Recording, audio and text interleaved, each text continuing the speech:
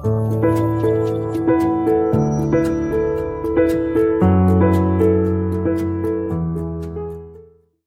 evening. Welcome to XENA Star Salon, episode 4. Our guest today is Dr. Kavita Sharma, a renowned educationist, and we will be covering a range of issues, but it's important that we give you an introduction. Dr. Sharma has retired as the president of the South Asia University, an institution under SARC. Before that, she was director of the India International Center, an important institution in Delhi where all kinds of cultural conversations take place. Before that, she was principal of Hindu College, Delhi University, and a professor also at Hindu College. Her field is literature, more specifically romantic literature.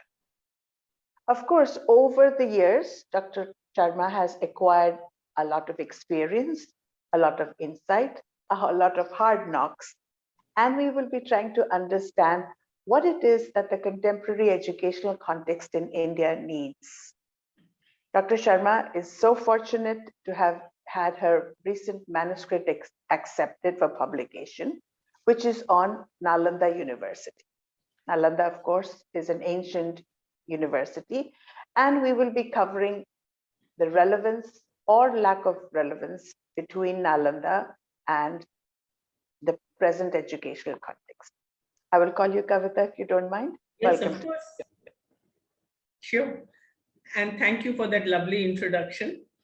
I tend to take things a little more lightly about myself, but thanks a lot. Well, we have to establish your credentials, and of course, then people will take you seriously. Thank so you. A little introduction is in place. Thank you. Thank you. Thank you. Let's begin with where we are today. Let's start with the new education policy that has been issued by the Government of India 2020, NEP 2020.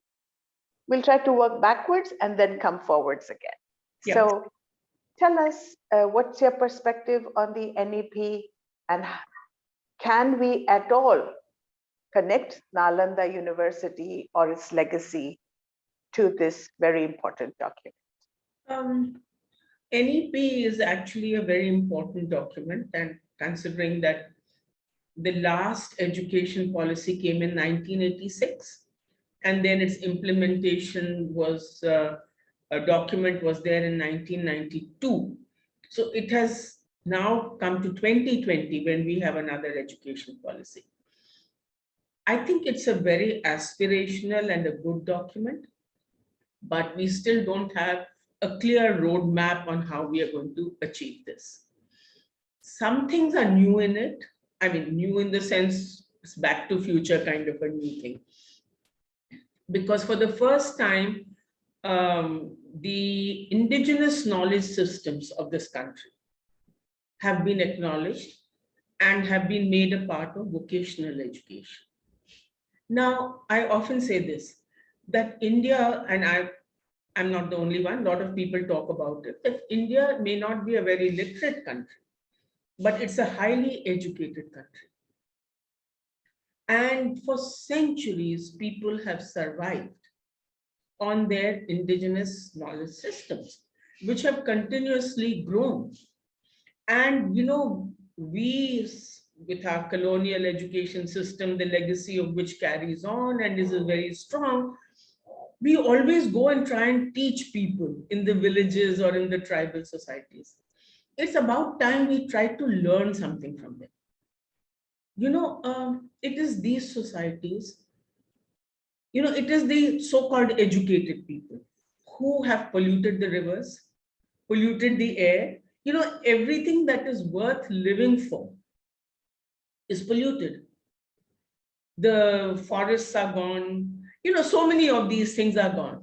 It is these people who have kept the rivers intact, the marine life intact. They have kept the diversity of seeds. I was so surprised once I talked to M.S. Swaminathan. He said the diversity of seeds that they had was far more than what we have today. The forest produce. So all these things, And they have survived all kinds of disasters, diseases, snake bites, and they know better than us what to use. Now, of course, that doesn't mean that they don't have accidents and they don't have lack of knowledge, uh, modern medical knowledge. What I'm saying is that a give and take is required, and for the first time this acknowledges it. To me, another very important, I'm not going into the nuts and bolts of 3-year course, a 4-year course, a semester system, a credit system. I mean, this is just nuts and bolts. This is not education. Whether you do an annual exam or semester exam, it doesn't matter. You're still taking that same exam, right? But for the first time, the mental health issues of students have been acknowledged. Today, if you go to any psychotherapist or a psychiatrist, he or she will tell you that the most booming practice is of young adults and adolescents, which is scary, which is frightening. And our education system has contributed a lot to it. Apart from the complexities of society, this one-time exam and this pressure to succeed, and your cutoffs are 100 or 104 or 105, God alone knows what. I often joke about it that I would have remained illiterate if I had to be again and try and get myself admitted somewhere. I couldn't have done it. Indeed, I completely agree with you.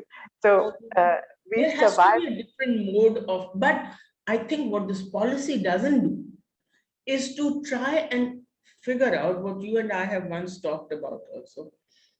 Is there something we need to do to our educational institutions to create a more holistic, well-rounded, stable human being?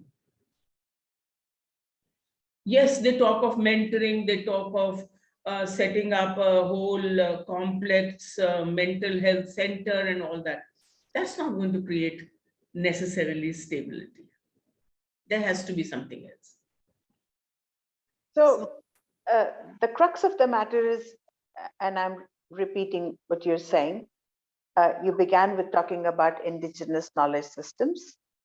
And for that, we have to return to a systematic way of approaching this indigeneity.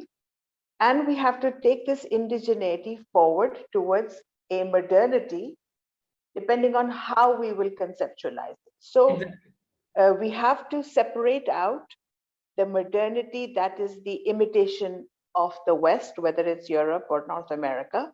Yeah. But the NEP, or for that matter, our thinkers, our policymakers, even our artists have not yet been able to conceptualize what will Indian modernity look like? What is its founding principle? If we go back in a regressive way. We Yes. deny science, we deny market forces, Yeah, exactly. etc. So how do we make this double movement of going back and coming forward? If you could give some examples or challenges you've faced in this, because that seems to me the crux of the problem. See, as actually I started thinking about this business of education when I realized the number of suicides that take place just before the result of the CBSE is declared and immediately after the result. The kind of depressions. And then I became principal of Hindu College and I saw what was going on. Young people are lost. That's because we concentrate so much on that mind and not even a proper development of the mind. We have turned them into crammers, rote learning, and somehow all kinds of things have to be stuffed into their brains in a given time, which they need to regurgitate. But learning is not that. For one thing, learning and teaching to me are interrelated processes. We learn as teachers as much from our students as our students learn from us. And we need to express our gratitude for it. You may teach the same poem year after year, And yet every batch is different. Every experience of that teaching is different. And the way you get to the heart of the matter is completely different.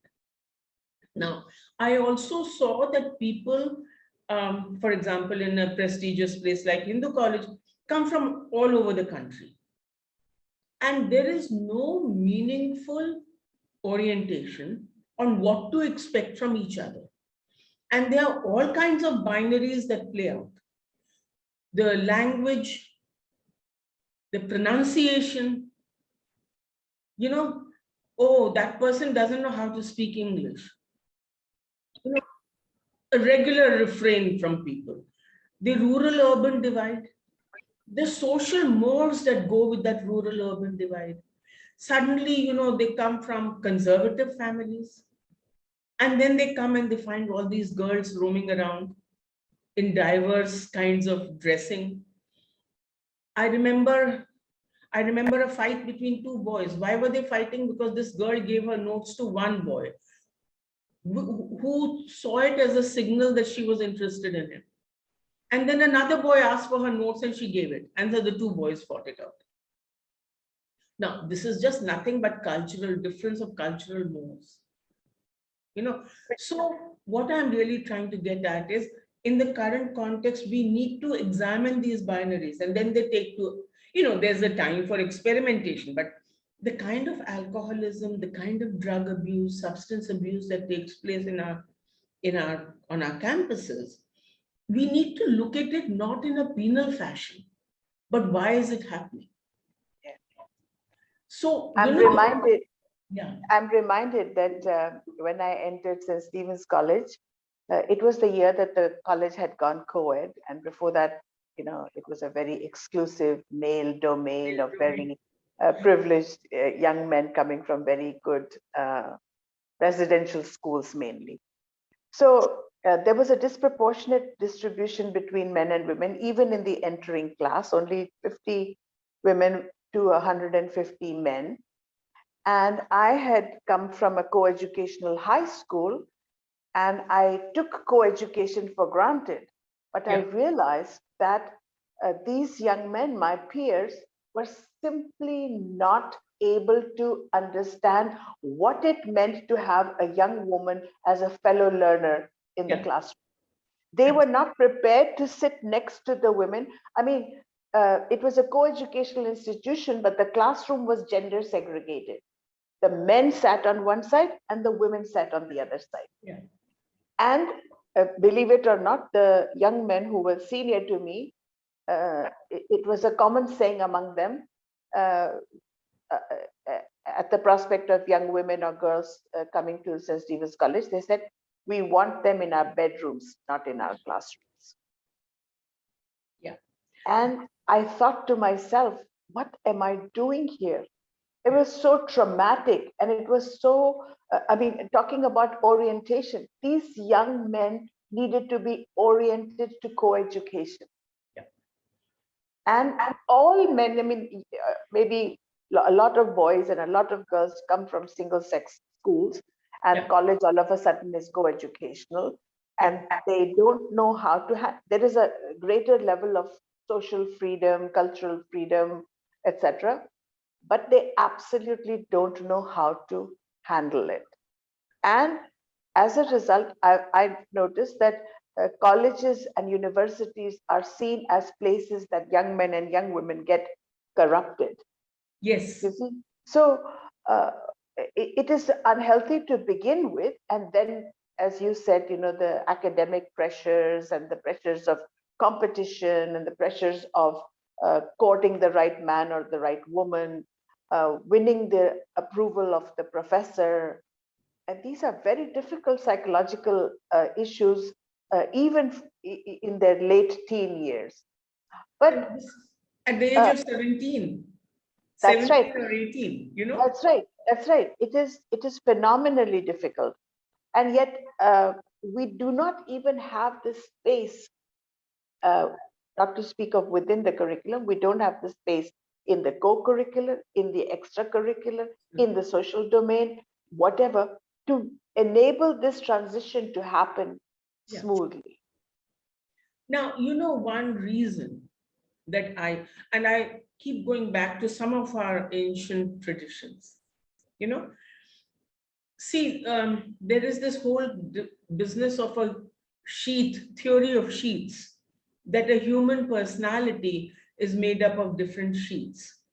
Now, I won't go into the technicalities of it, but quickly to give you the names: Annamay Kosh, Manomay Kosh, Gyanmay Kosh, Vigyanmay Kosh, and then the Anandmay Kosh. Okay. Wow. So now this translates into An is food, right? So it's your physical. And Sri Aurobindo, he translated it and made it in contemporary. So it's your physical being, it's your vital being. Vital being is your breath, for example. The very process of breathing is your vital being, and it can lead you to anger, or it can sublimate into music and poetry and for fine arts, or the higher emotions, or it can derail you into the lower emotions. Okay, and then you have the mind, the mental, the Gyanmay Kosh, through which you learn. And then you have the Vigyanmay Kosh, which is your power of discretion. What am I going to accept and what am I not going to accept? And why am I not going to accept this and why am I going to accept this? And finally, you have the Anandmay Kosh, which is not bliss, which is actually lack of thought, where you have held all positions together and can now figure out where to go from there. Okay, so now even in our schools, we don't have physical well-being looked after. We certainly don't have any emotional well-being looked after. When there are board exams to happen, the music teacher and the physical education teacher are the first to go. If there is a cut-off grant, these are the people who are retrenched, right? So everything is, you must in your head stuff everything, and you have no discretion. So we're trying to produce carbon copies, and then we say we have no originality. How can you have it? This is my greatest disappointment with the Indian education system, of which I am my Yes, foundation. I'm also a product of the same system. Yeah. Yes, that what little creativity or spark of intelligence or the ability to think for myself I entered college with, by the end of it, it had been drummed out of me. Yes, the whole system is geared to drumming it out of you. Yeah. Now you were talking about Nalanda, right? And the national policy of education, like a mantra, recites Takshila and Nalanda, right? Takshila, you could call it a university, but not as well developed as Nalanda. Right. So Takshila was still in the old mode of a teacher with a bunch of students and all living, not necessarily in a campus, but near each other. Nalanda turned into a university, a proper university. Residential university. A residential unitary university, Yes. not an affiliating university, which is the bane of our lives. Yes. There are universities with 2,000 colleges attached to them. Wow. Can you imagine any president or vice chancellor even knowing their addresses? Wow. And a lot of them, I won't take the name of the university since I know their vice chancellor well, but they have 1,400 colleges. And when he said to me, I'm going to get rid of them, most of them are private colleges. So I said, but you can't get rid of them because you don't get enough grant.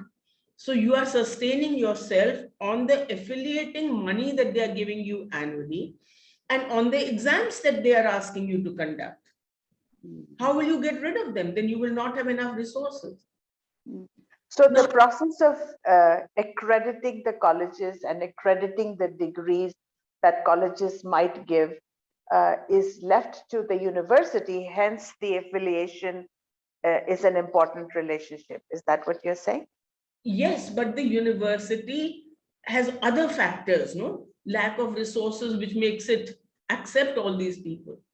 And then the kind of politics that exists on our campuses, that any vice chancellor says, okay, let me at least have 1,000 colleges which are not going on strike,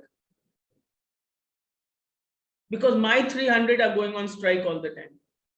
I have been on enough UGC committees. I've gone on to evaluate so many different colleges. And it's absolutely amazing what goes on. Within the same campus, you will have what they call a UGC college, and they will have a private college. Wow. Yes, within the same campus. Then they will have a library which they will stamp, because it's, each book is stamped UGC, UGC, UGC, because the money has come from UGC. And they will not let the private college students have access to that library. It's amazing. I don't want to go into all of that, because I would like to talk really about what shall we do. Yeah. What shall we do? Well, I think what we should do is to develop a whole personality and not put so much emphasis on the exams. Because the moment you come to a standardized annual or a semester board exam or a university exam, you come to the same dead end, which really means empowering the teacher, which really means that the quality of teacher has to improve, right? Because today, unfortunately, after the liberalization of economy, lot of professions came up. And so many good minds that would go normally into teaching, there were only two things, as you would know, available to us. Either you went into civil services or you went into teaching. There wasn't the private sector to go to.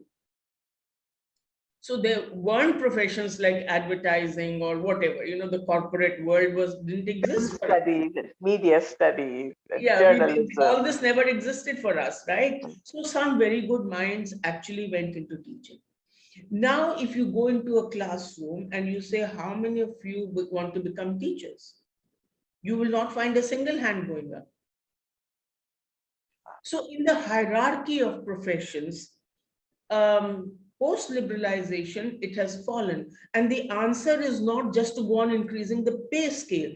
The answer is to somehow restore the prestige that a teacher had.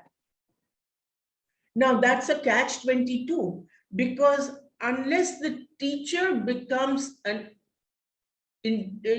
researcher and a teacher of integrity, whose research becomes known in his field and referred to, and not fake impact factors. I know how impact factors also happen. So genuine impact factor, you will not restore the prestige of the teacher. Then, of course, and I don't have an answer to that. How do you deal with these? We are a very young country.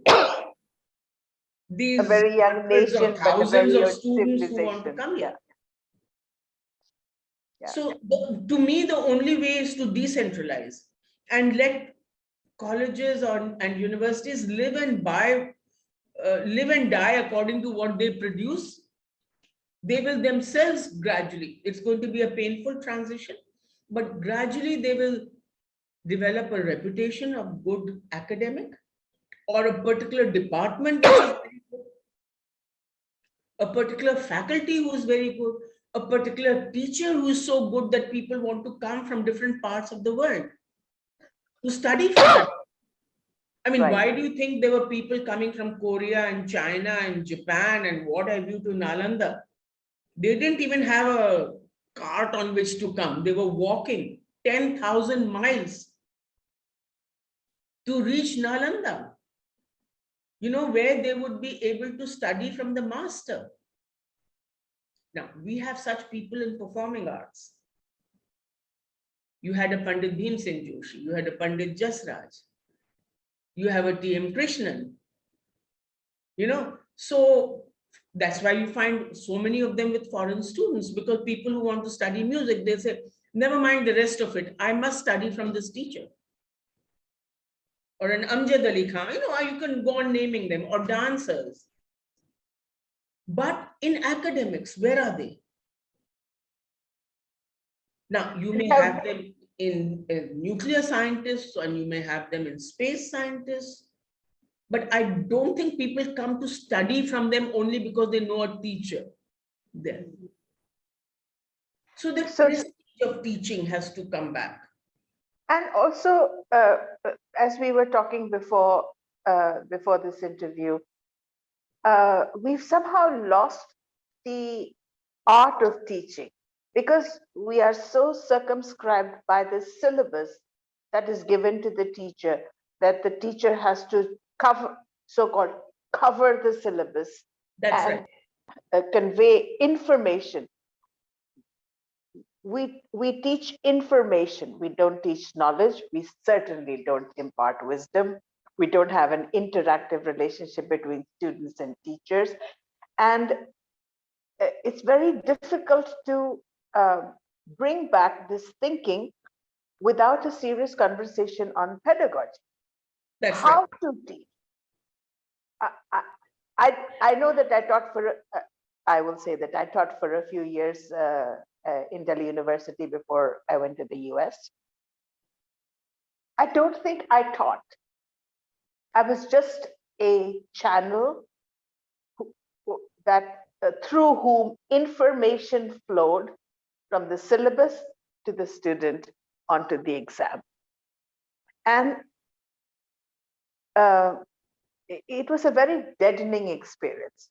What little enthusiasm I had for teaching, I lost because there was no possibility of creativity, or God forbid that I should have an impact on the students in terms of my personality or my worldview or my educational moorings. Everything was stripped from me. I was given a syllabus, I was to deliver the syllabus, and they were to take the exam. Yeah. I myself did not know principles of good pedagogy. Yes. I did not know. I wish I had known. But if we were to go back to redo things, whether under the NEP or at least have a meaningful conversation, how can we revive or reinvent a pedagogy that is not borrowed from somewhere else? I mean, we are the civilization where the Guru Shishya tradition was very strong. Maybe that tradition itself per se cannot be revived. But what would you say should be principles of good pedagogy, and where should they come from? How can a young teacher imbibe good pedagogy? See, I was in Canada and I studied in University of British Columbia. And one of the teachers, he was complaining that somebody from our part of the world has plagiarized. I said, you must understand that they come from rote learning, and they come from a milieu where they have to reproduce what the teacher says. So in his mind, it is actually not plagiarism.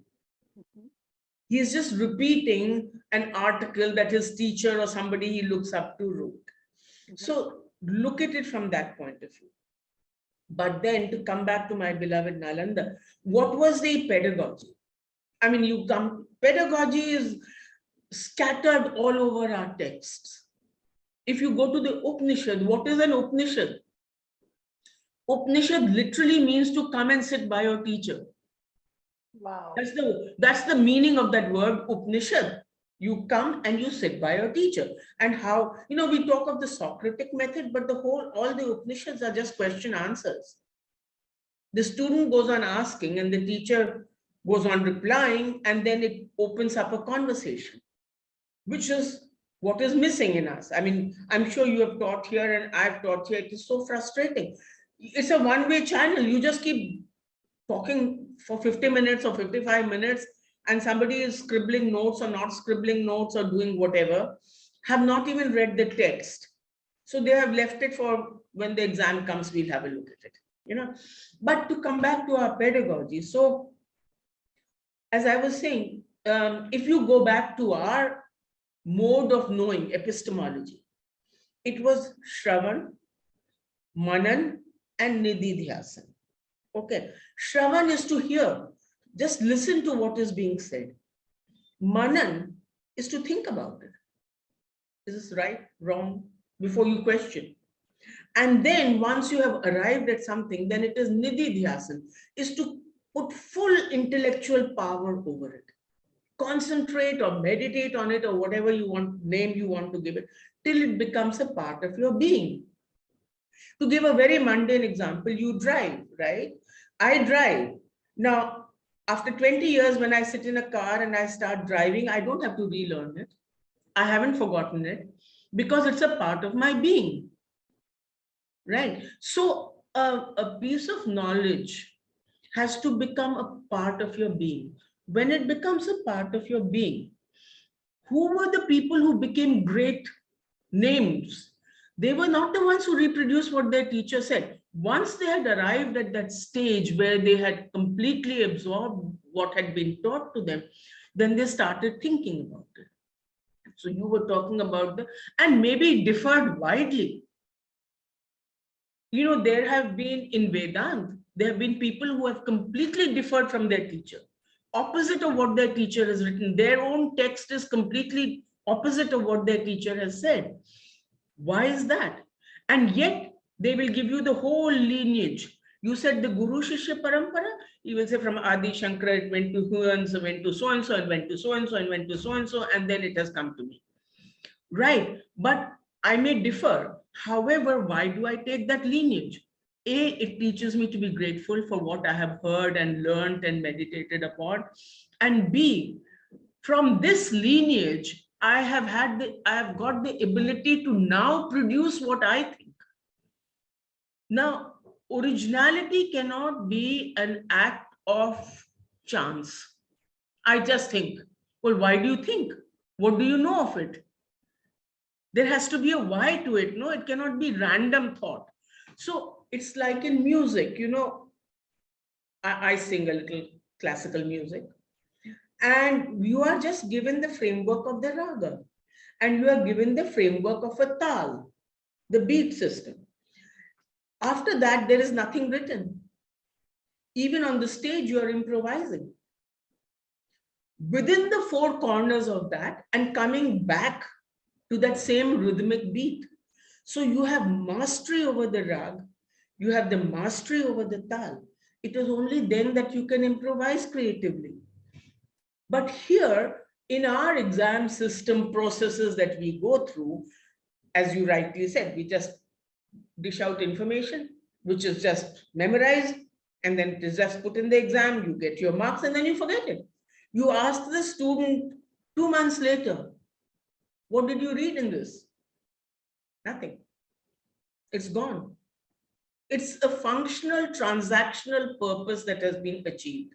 It is not the gaining of a knowledge at all. You know?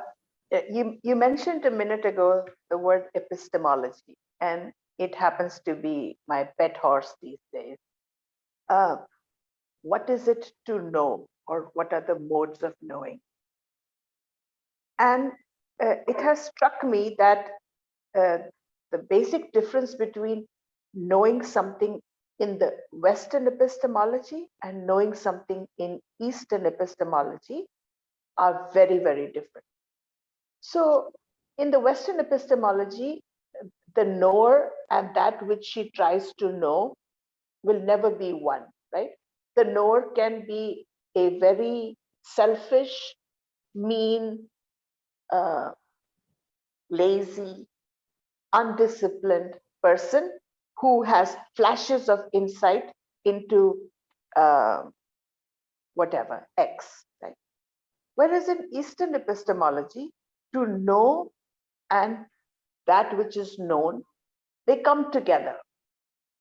That there is a merger of the two. And I've noticed, or recent research has shown that this was true both in China, mainland China, as well as across the South Asian subcontinent.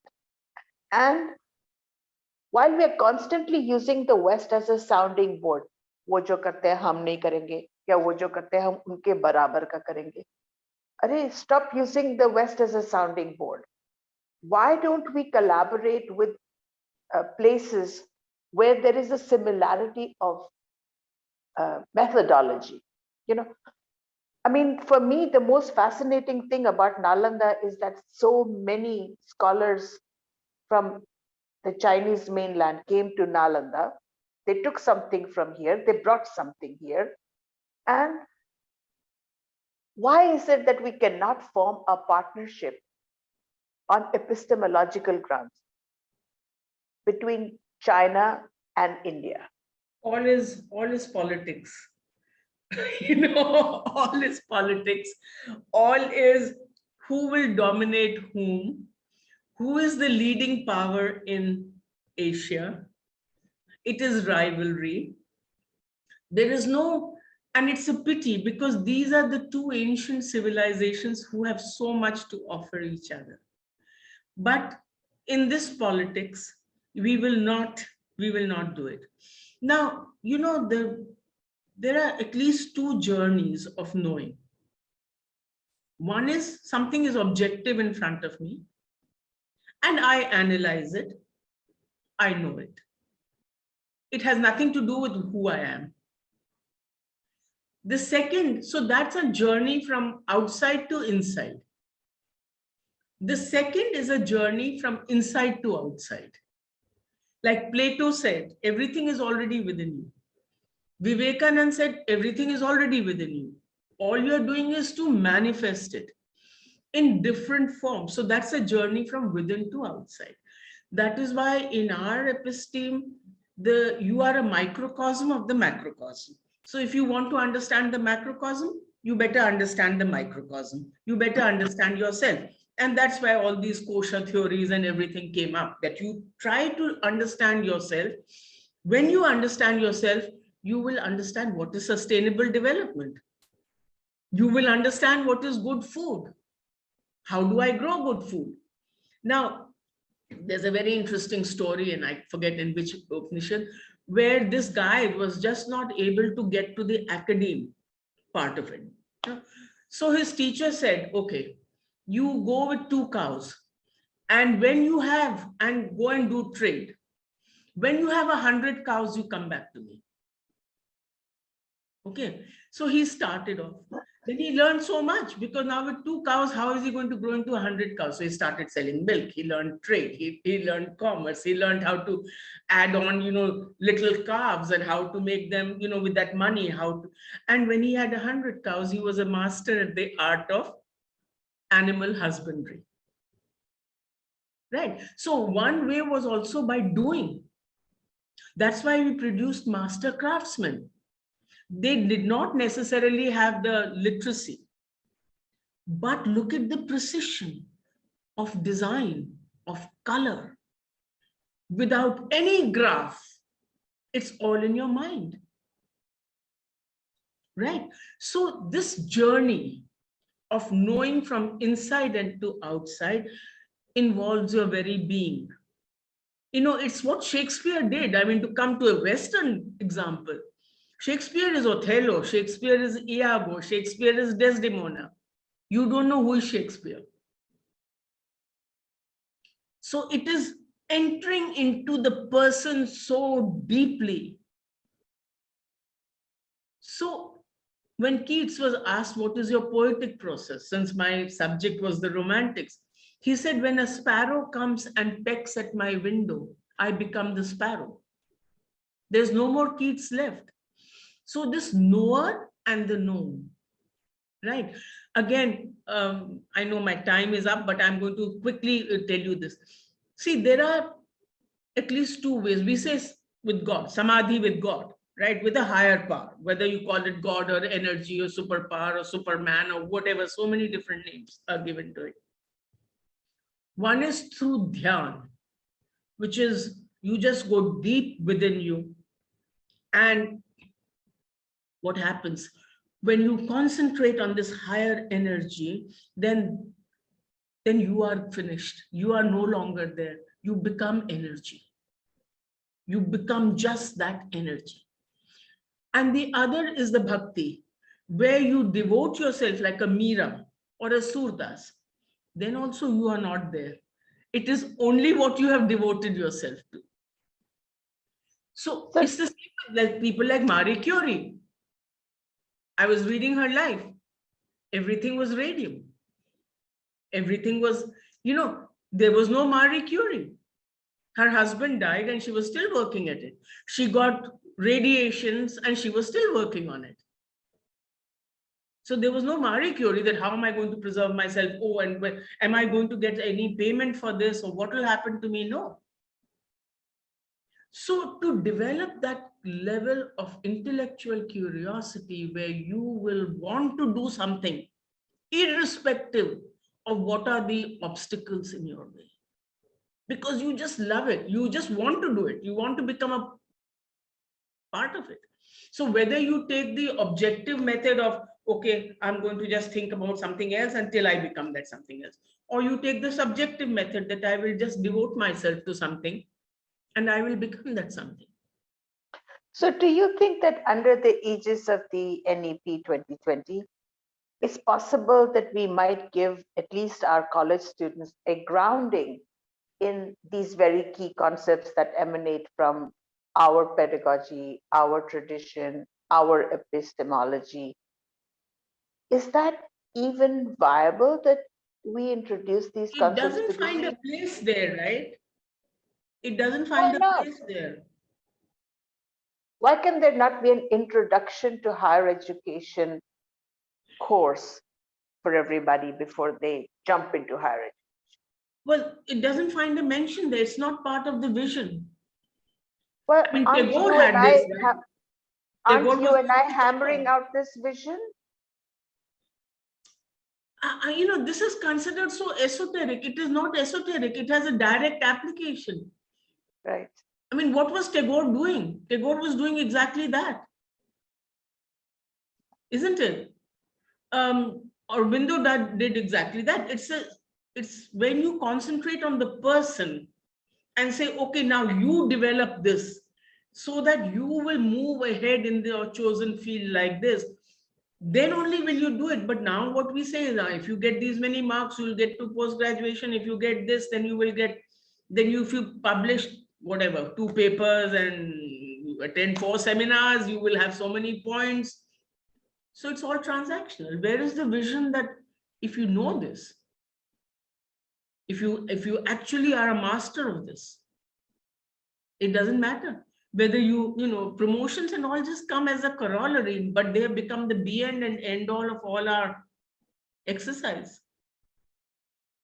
Is there a hopeful streak or something that you can recount, or something that is in the offing, the nascent stage, that you might want to talk about so that we are not left feeling so pessimistic?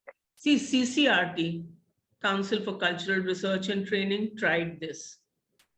The Hoshangabad science experiment tried exactly this. That what I see, what I hear about doesn't register, or read about may not register. What I actually see will register, and what I do, I will never forget. So these things have been tried, but they all become alternative education. They don't find a place in our mainstream because I think it is administratively more convenient to just push people into different classes, get them to have different marks. The process becomes very simplified. Whereas what I'm talking about is a very complex process in which it's a joint endeavor by the teacher and the taught. To arrive at a goal is a joint endeavor. It is not one person's learning something by heart, and so it doesn't happen. Now I'll tell you, before I close, I still remember there was a group of 5 people from Chhattisgarh whom I had not heard before, but I happened to hear them. They happened to come to Delhi. They sing Kabir.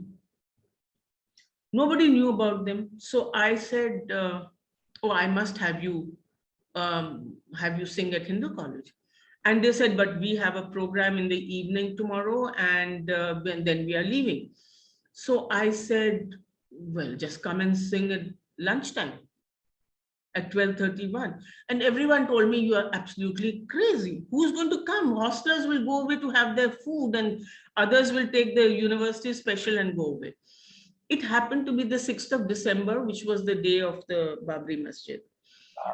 I said, no, doesn't matter. Even if we are 10 people sitting in the auditorium, I'm fine with it. Let them say. You won't believe, Poonam, what happened. I just put a diya on a stool on the side, just a single diya, lit diya, to remind ourselves of what had happened. And these people came, the auditorium of 500 people was full gradually. So I realized there is a great hunger in the young people, but we do not reach out to them. We do not teach them. And when we do not discuss even these things with them. And when we do it in a very, the Guru Shishya can become a very, very stifling parampara unless done properly. No doubt.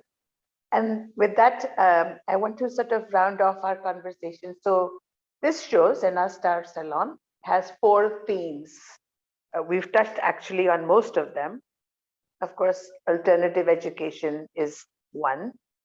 Reviving our heritage and conserving is another. Building active citizenship.